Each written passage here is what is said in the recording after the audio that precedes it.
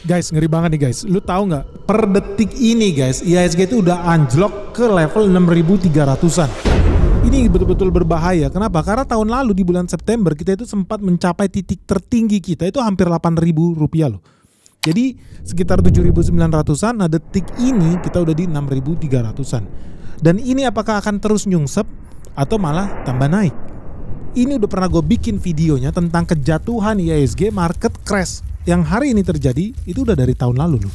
Dan itu udah gue bahas secara spesifik alasannya kenapa dia pasti jatuh IHSG di Member Big dan ada di video-video kita sebetulnya yang lama. Well anyway, kita dapat video baru nih hari ini luar biasa karena bintang tamunya ada Menteri BUMN Erick Thohir, lalu ada Menteri Investasi Rosan Roslani yang sekarang merangkap jabatan jadi CEO-nya dan Antara juga. Nah mereka diminta nih memberikan tanggapan di acara Indonesia Economic Outlook 2025. Intinya apa Economic Outlook? Pandangan lu gimana tentang ekonomi Indonesia di 2025? Ramalan lu seperti apa? Prediksi lu seperti apa? So, lu penasaran gak sih? Sebenarnya dari sisi pemerintahan, dari sisi Menteri BUMN, bukan personal, dari sisi Menteri Investasi, gimana sih nasib bangsa ini secara ekonomi di tahun 2025? Makanya lu jangan skip video ini. Let's check this out.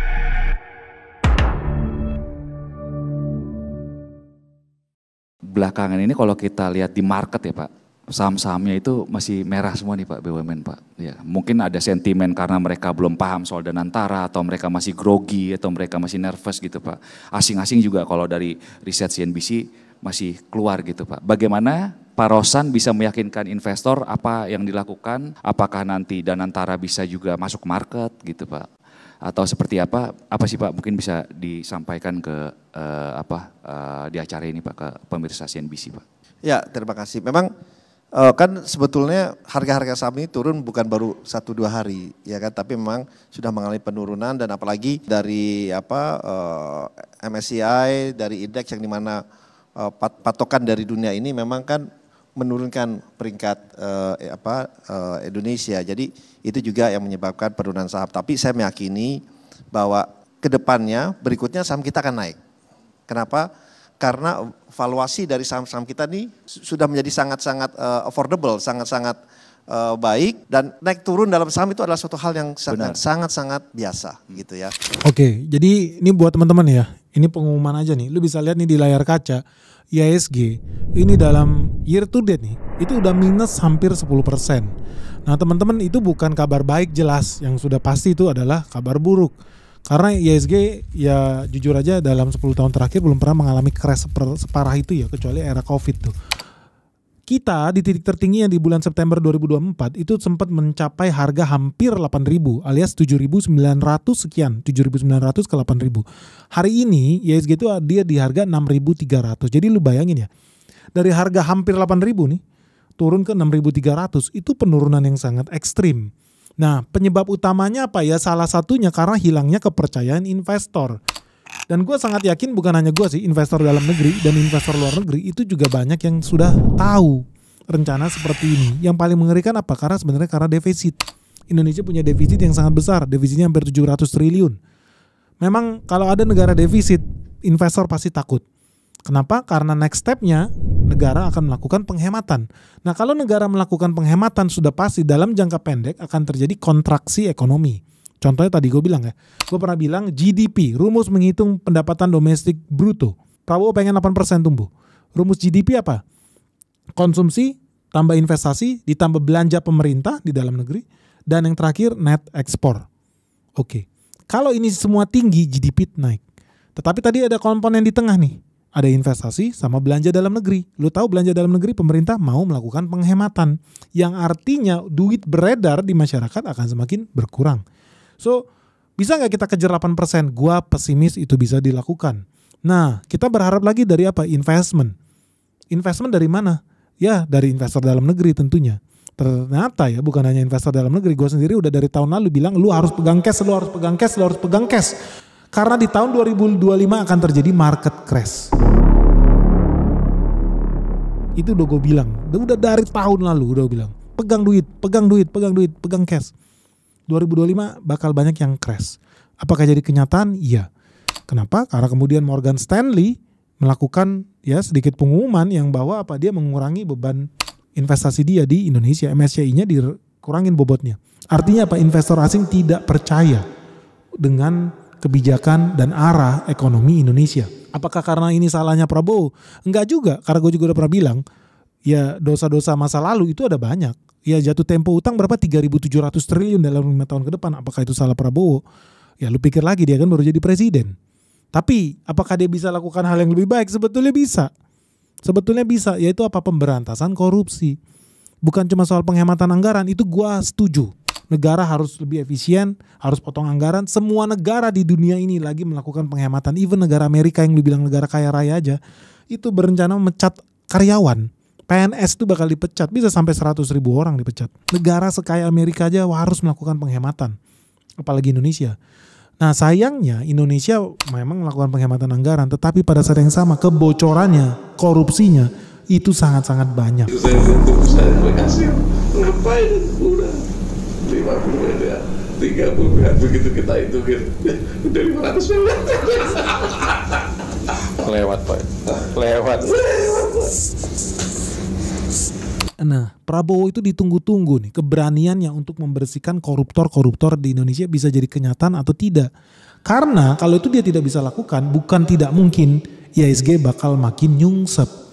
Ingat, investor itu basisnya kepercayaan, trust. Kalau dia tidak punya trust dengan manajemen negara ini, dia akan kabur. Dan itu sudah dia buktikan. Memang betul yang dibilang bahwa pergerakan saham naik turun itu adalah hal yang biasa. Gua sangat setuju. Dan penurunan IHSG ini udah terjadi dari tahun lalu. Itu juga betul, gue sangat setuju. Tetapi semua selalu ada sebab akibat. Enggak serta-merta duit itu hilang, kabur. Enggak, selalu ada sebab akibat. Salah satunya karena ya tadi, kebocoran di Indonesia sangat besar. Regulasi di Indonesia sangat tidak stabil. Hukum bisa berubah-ubah. Yang benar mana? Undang-undang ini bilang A, undang-undang itu bilang B. Perda bilang C. PP bilang D. Berat banget bisnis di Indonesia. Yang ketiga, defisit anggaran. Dan yang terakhir, beban utang kita itu sangat besar. Jadi suka nggak suka memang kita ini berada di era ekonomi kontraksi di Indonesia itu akan semakin ekstrim. Jadi kalau ditanya gue optimis atau enggak dengan IHSG di tahun 2025, gue udah bilang dari tahun lalu 2025 market crash dan ini belum bottom. Ingat ya, akan crash lebih parah lagi. Dan itu sudah pasti akan terjadi. Ini pun terjadi di era Great Depression yang ada di Amerika. Itu terjadi. It was the wildest day in history. Sonny, there's only one word to describe what's happening, and that is panic. Well, the law of gravity hit Wall Street today and financial markets around the world for that matter, as stock prices plunged even more than they did on Black Tuesday of 1929. Normal. Ekonomi lagi kontraksi, semua harus menyusut. Normal itu terjadi. Sekarang yang paling penting adalah strateginya. Jangka panjangnya seperti apa? Tahun 2030 kita mau tinggali Indonesia ini seperti apa? Buat anak cucu kita, kan itu yang lebih penting.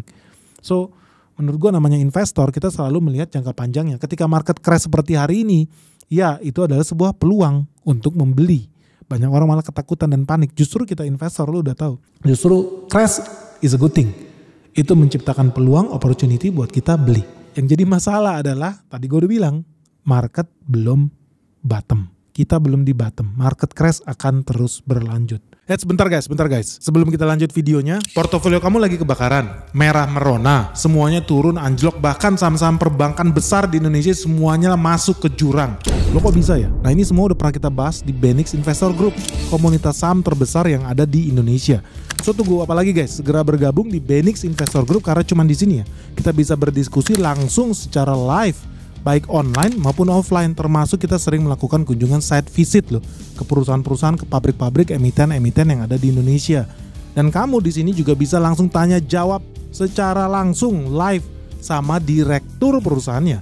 Kapan lagi ada peluang kayak begini? Nah kemarin kita juga baru habis datang nih ke sebuah perusahaan yang menurut gue sangat prospek di tahun 2025. Nama perusahaannya apa ya? Yuk langsung aja daftar di Benix Investor Group melalui website yang ada di bawah ini, www.benix.id, atau segera kontak WhatsApp kita yang ada di bawah ini. Oke guys, kita tunggu ya di Benix Investor Group karena makin seru nih dunia investasi yang ada di dalam negeri maupun luar negeri. Apa sih saham yang menarik selanjutnya buat kita bahas? Sampai ketemu di Benix Investor Group. So kalau lu penasaran nanti kita bahas lebih detail di Benix Investor Group. Bottom ini akan berlanjut sampai kapan ya? Crash ini akan berlangsung selama berapa tahun ya? Karena data udah menunjukkan hal yang sama pernah terjadi ketika Amerika melakukan penghematan besar-besaran dan harus bayar utang juga. Jadi itu pandangan gua tentang perekonomian Indonesia di era saat ini. Memang nasib buruk nih buat Prabowo ya. Siapapun yang jadi presiden saat ini menurut gua itu nasib buruk karena tugasnya adalah cuci piring. Pestanya udah usai nih. Pestanya udah selesai, udah gak bisa lagi ngutang sana sini. Proyek-proyek gagal bikin Candi Roro Jonggrang itu udah harus mulai dilupakan kecuali memang mau nambah korupsi aja. Kalau mau nambah korupsi makin bikinlah proyek-proyek gak jelas yang gak tahu balik modalnya kapan. Toh duit rakyat ini, rakyat kan bodoh ya. Itu pandangan gue soal 2025. Nanti kita bahas lebih detail di Benix Investor Group. Next. Ada banyak faktor teknikal, ada faktor fundamental, faktor market dan yang lain-lain. Tetapi percayalah saya meyakini ini saham kita akan rebound kembali, akan kembali naik karena kenapa?